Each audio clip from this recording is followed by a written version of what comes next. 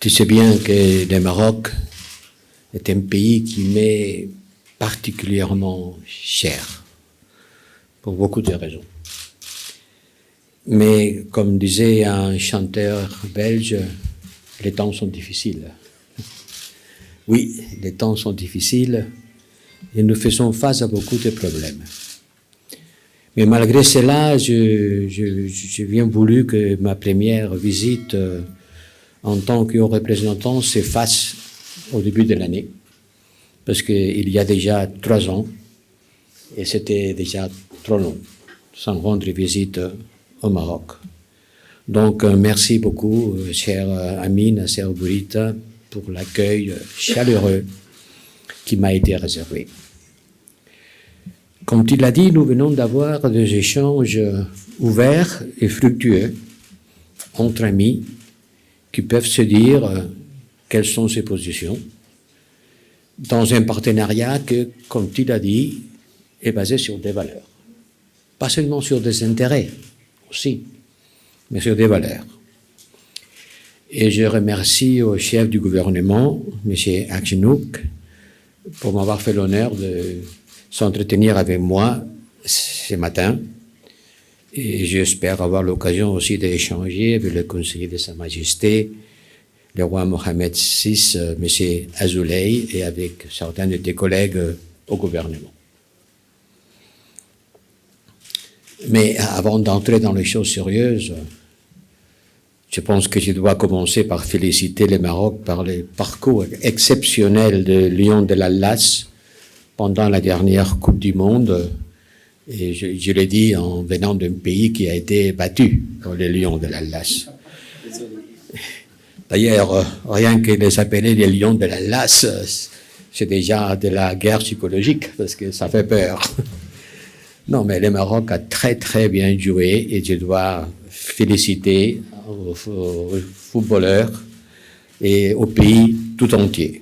Donc, Mabrouk, cher Nasser, Mabrouk, vous le méritez. Et comme tu disais, l'Union européenne et le Maroc, nous avons battu au fil des années un partenariat qui est solide, qui est stratégique et qui est basé sur des actions communes et concrètes.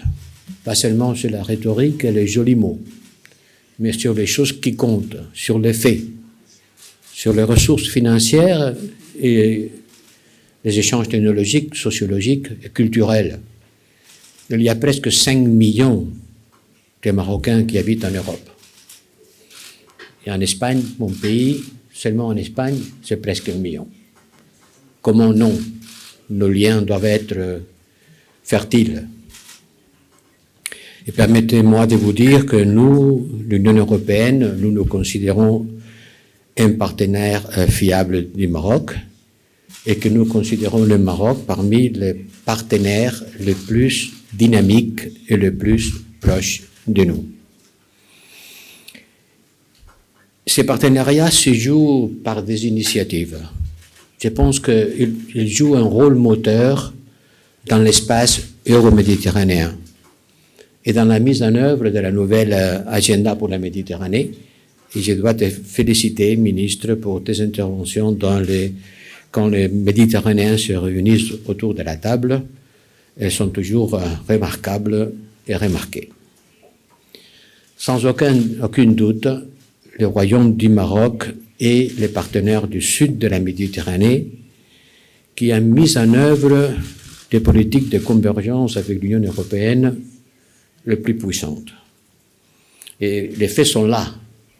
2 tiers du commerce extérieur du Maroc se fait avec l'Union européenne. Nous sommes le plus important partenaire commercial.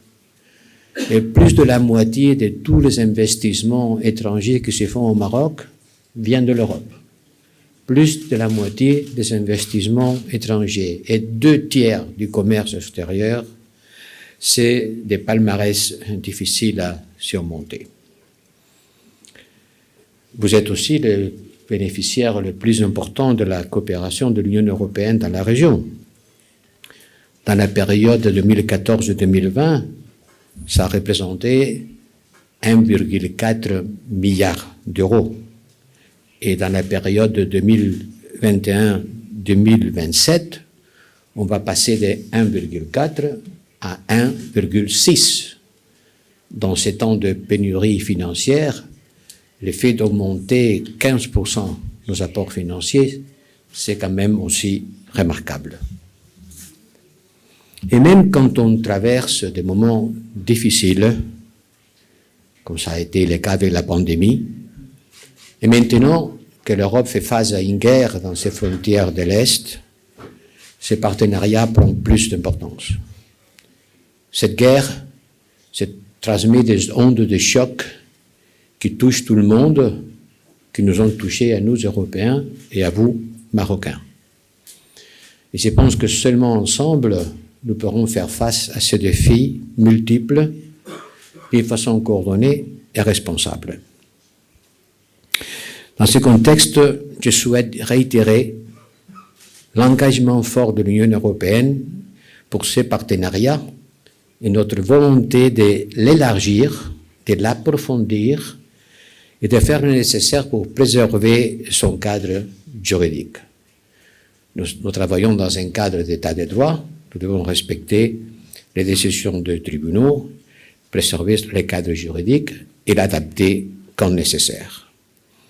Ceci, bien sûr, dans le respect des règles du droit international, du droit communautaire, bâtir une vision toujours plus ambitieuse de notre partenariat, il a souligné, je te rejoins.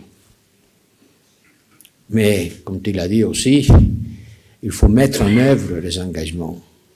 Il faut faire de sorte que la lettre écrite dans un papier devienne quelque chose que le citoyen puisse percevoir dans sa vie quotidienne. Il faut passer des mots à l'action dans beaucoup de domaines. La lutte contre le changement climatique, la transition énergétique, avec ces partenariats verts qu'on vient de signer, l'engagement de l'Union européenne à accompagner le Maroc dans ses réformes structurelles, notamment dans le domaine de la protection sociale, de la santé et de l'éducation, en suivant la vision de Sa Majesté le Roi, qui s'exprimait beaucoup de fois sur ce sujet, et sa volonté de faire le Maroc aller de l'avant dans ces domaines social, sanitaire, éducatif.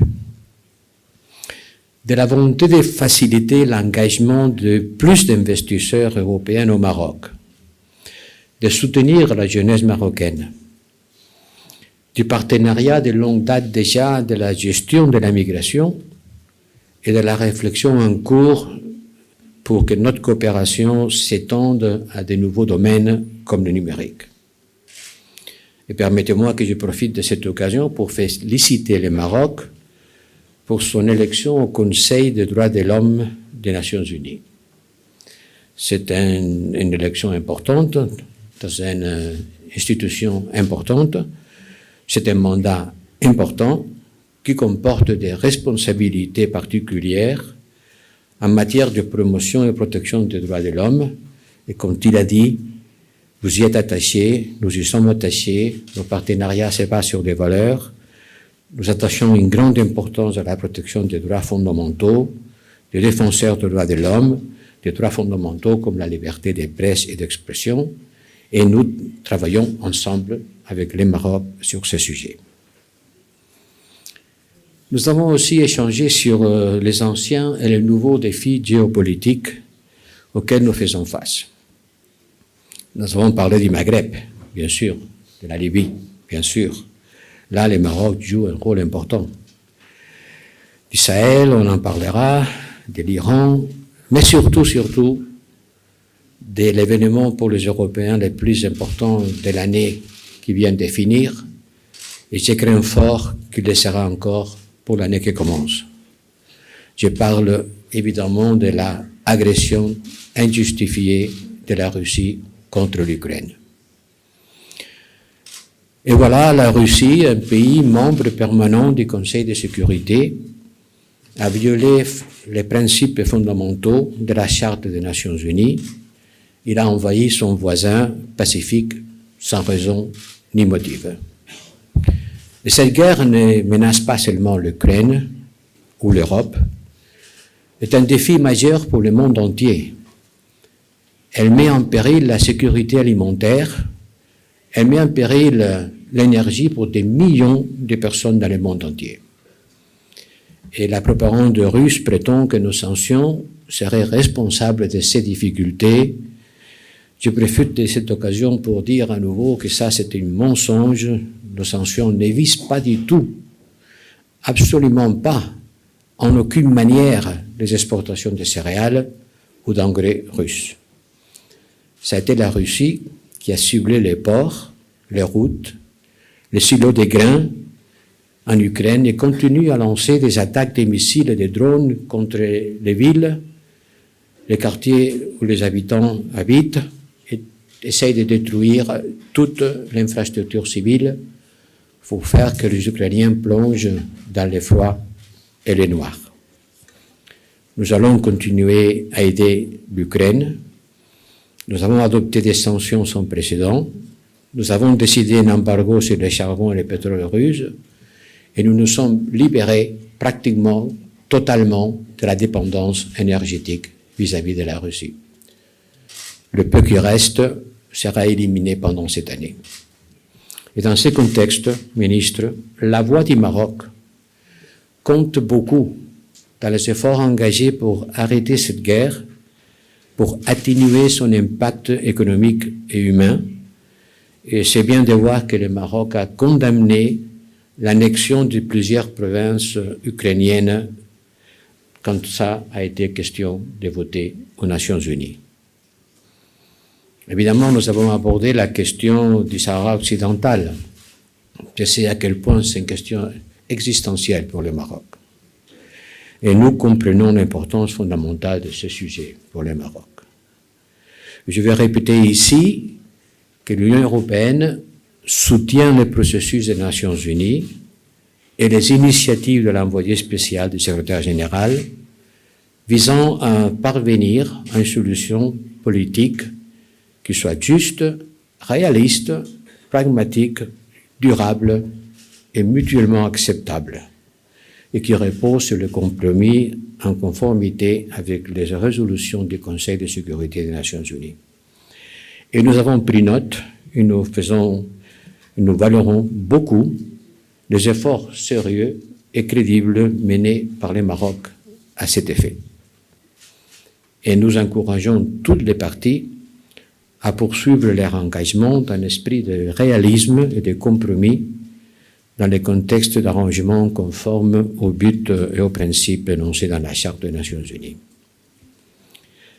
Évidemment, dans l'entretien que nous avons eu avec le ministre Burita et aussi avec les chefs du gouvernement ce matin, nous avons évidemment abordé l'enquête en cours par des allégations de corruption contre des membres du Parlement européen dont la levée de l'immunité parlementaire a été demandée. Évidemment, nous sommes préoccupés par ces événements dont la presse s'est fait écho. Ils sont inquiétants et les accusations sont graves.